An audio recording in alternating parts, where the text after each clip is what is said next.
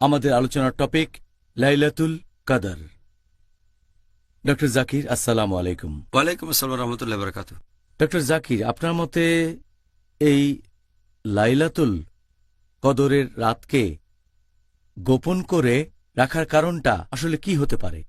আমরা এখানে যেটা ভাবতে পারি যে আল্লাহ সুবহানাহু ওয়া তাআলা কেন লাইলাতুল কদরের রাতটাকে এভাবে গোপন করে রেখেছেন, তার প্রথম কারণ হিসেবে বলতে পারি যে আল্লাহ সুবহানাহু ওয়া তাআলা চেয়েছেন আমরা দ্বিগুণ চেষ্টা করি যাতে আমরা আরো বেশি করে তার ইবাদত করতে পারি। এটাই প্রধান কারণ। যদি সঠিক দিনটা জানতাম তাহলে শুধুমাত্র সেদিন ইবাদত করতাম। 2 নম্বর, আল্লাহ সুবহানাহু ওয়া তাআলা যে কারণে এটা গোপন রেখেছেন সেটা হচ্ছে যাতে করে তিনি বুঝতে পারেন যে কারা সিরিয়াস বিশ্বাসী আর কারা সিরিয়াস না। সিরিয়াস বিশ্বাসী চেষ্টা করবে লাইলাতুল কদর যেন কোনোভাবে মিস না হয়ে যায়। সেই রমজান মাসের শেষ 10 দিনে বেশি করে ইবাদত করার চেষ্টা করবে, আর এছাড়া চেষ্টা করবে রমজানের শেষ 10 দিনে রাত জেগে ইবাদত করতে ভোর হওয়ার আগে পর্যন্ত। এভাবে সিরিয়াস আর নন সিরিয়াস বিশ্বাসীদের আলাদা করেছেন। এছাড়াও আল্লাহ সুবহানাহু ওয়া তাআলা আরো অনেক কিছু গোপন করে রেখেছেন। যেমন ধরেন, আল্লাহ সুবহানাহু ওয়া তাআলা বলেছেন যে যারা শুক্রবার আল্লাহর কাছে দোয়া প্রার্থনা করবে তাদের দোয়া কবুল করা হবে, কিন্তু আল্লাহ সঠিক সময়টা বলেননি, তাই শুক্রবারে অনেকে বেশিক্ষণ দোয়া করে। আরও একটা হাদিস আছে সহিহ বুখারীতে, খণ্ড নম্বর 3, হাদিস নাম্বার 2736।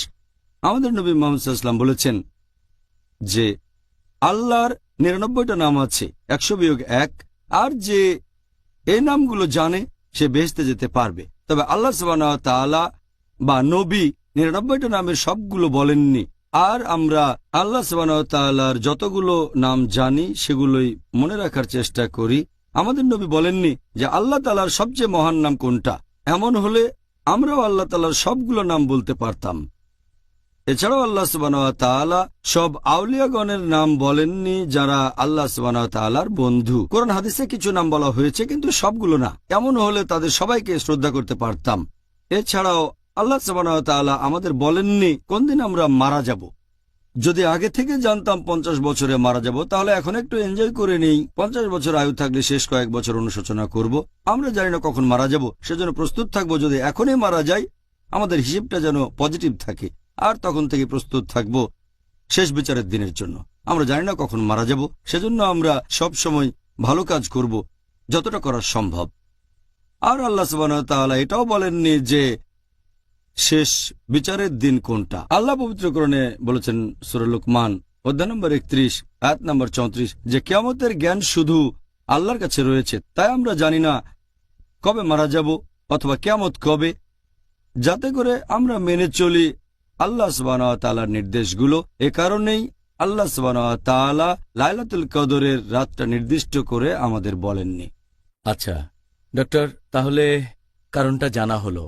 এখন আমি আপনার কাছে একটা ব্যাপারে একটু বিস্তারিতভাবে জানতে চাইব, আর আমার ধারণা আমাদের দর্শকরাও এই ব্যাপারটা সম্পর্কে জানতে চাইবেন যে আমরা মুসলিমরা ঠিক কোন নিয়মে এই রাতকে খুঁজব। হাদিসে ব্যাপারে গাইডলাইন দেওয়া আছে যে কিভাবে লাইলাতুল কদরকে খুঁজব। একটা হাদিস আছে সুনান আবু দাউদ খণ্ড নম্বর 1 বুক অব সালাহ হাদিস নম্বর 1370। আবু যর রাদিয়াল্লাহু আনহু তিনি বলেছেন যে আমরা আল্লাহর রাসূলের সাথে সাথে রমজানে রোজা পালন করতাম। নবী আমাদের নামাজ পড়ার জন্য কখনো ঘুম থেকে ডেকে তুলতেন না, শুধুমাত্র রমজান মাসের শেষ 7টা রাতে, শেষ সময় রাতের প্রথম তৃতীয়াংশে নামাজ পড়তাম। ষষ্ঠ রাতে তিনি আমাদের ঘুম থেকে ডেকে তুলতেন না, আর তারপর পঞ্চম রাতে তিনি আমাদের ঘুম থেকে ডেকে তুলতেন। আমরা নামাজ পড়তাম মাঝরাত পর্যন্ত।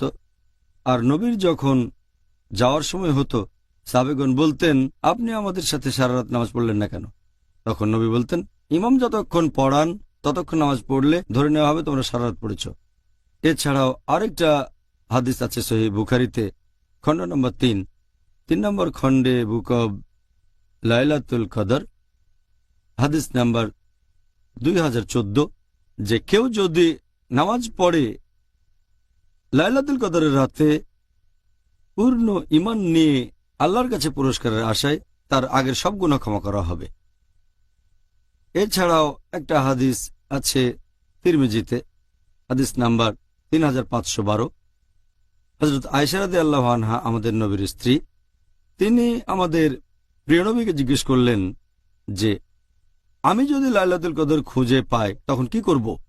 তখন নবী বললেন যে তুমি তখন দোয়া করবে আল্লাহ তাআলার কাছে, বলবে যে হে আল্লাহ সুবহানাহু ওয়া তাআলা, তুমি তো পরম ক্ষমাশীল, তুমি ক্ষমা করা পছন্দ করো, সেজন্য আমাকে ক্ষমা করো।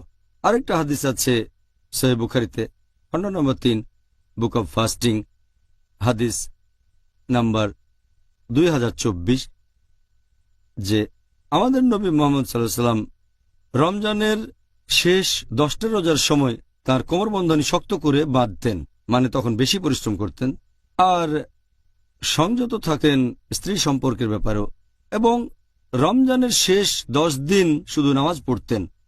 তিনি পরিবারের সবাইকে ঘুম থেকে ওঠাতেন। আরও একটা হাদিস সহিহ মুসলিমে, খণ্ড নম্বর 2, বুক অব ফাস্টিং, হাদিস নাম্বার 2644, যে নবী মুহাম্মদ সাল্লাল্লাহু আলাইহি সাল্লাম রমজান মাসের শেষ 10 রাতে আরো বেশি করে নামাজ পড়তেন, বেশি করে আল্লাহর ইবাদত করতেন, দোয়া করতেন, বেশি জিকির করতেন শেষ 10 রাতে। আমরা মুসলিমরাও এভাবেই লাইলাতুল কদরকে খুঁজব। পবিত্র কুরআন বা সহিহ হাদিসে কি এই লাইলাতুল কদরের নিদর্শন সম্পর্কে কোনো কিছু উল্লেখ করা হয়েছে? সহিহ হাদিসে লাইলাতুল কদরের কিছু নিদর্শনের কথা বলা হয়েছে, তবে আলহামদুলিল্লাহ যতগুলো নিদর্শনের কথা বলা হয়েছে এগুলো দেখতে পাই লাইলাতুল কদর পার হয়ে যাওয়ার পরে।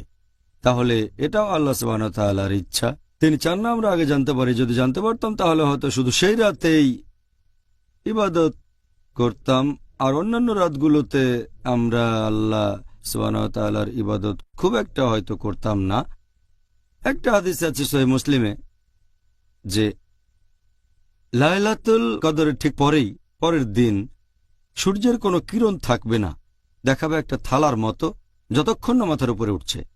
এছাড়াও সহিহ মুসলিমে বলা হয়েছে, খণ্ড নম্বর 2, বুক অব ফাস্টিং, হাদিস নাম্বার 2633, যে লাইলাতুল কদরের পরের দিন সূর্যের কোনো কিরণ থাকবে না। সহিহ মুসলিমে আরও একটা হাদিস আছে, খণ্ড নম্বর 2, বুক অব ফাস্টিং, হাদিস নাম্বার 2635। আমাদের নবী বলেছেন যে লাইলাতুল কদরের রাতে চাঁদটাকে দেখাবে একটা থালার মতো, মাসের শেষের চাঁদ যেরকম হয়। এই সহিহ হাদিসটা আছে তাবরানী আর ইবনে খুজাইমাতে, যে লাইলাতুল কদরের যে আলো সেটা খুব গরম হবে না, আবার হবে না খুব ঠান্ডাও। এটা হবে একটা সুন্দর রাত, সুখ শান্তির রাত।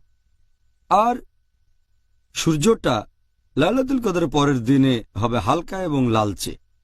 তাহলে লাইলাতুল কদরের নিদর্শন সম্পর্কে হাদিসে এটুকুই বলা হয়েছে, তবে এই নিদর্শনগুলো দেখা যাবে লাইলাতুল কদরের পরে, যাতে করে আমরা আগে লাইলাতুল কদরকে খুঁজি। এই রকমই আসলে হওয়া উচিত। এখন আপনি কি বলবেন যে আমাদের নবী মুহাম্মদ সাল্লাল্লাহু আলাইহি সাল্লাম তিনি এই পবিত্র রমজান মাসের শেষ 10 দিনে কি কি পালন করতেন?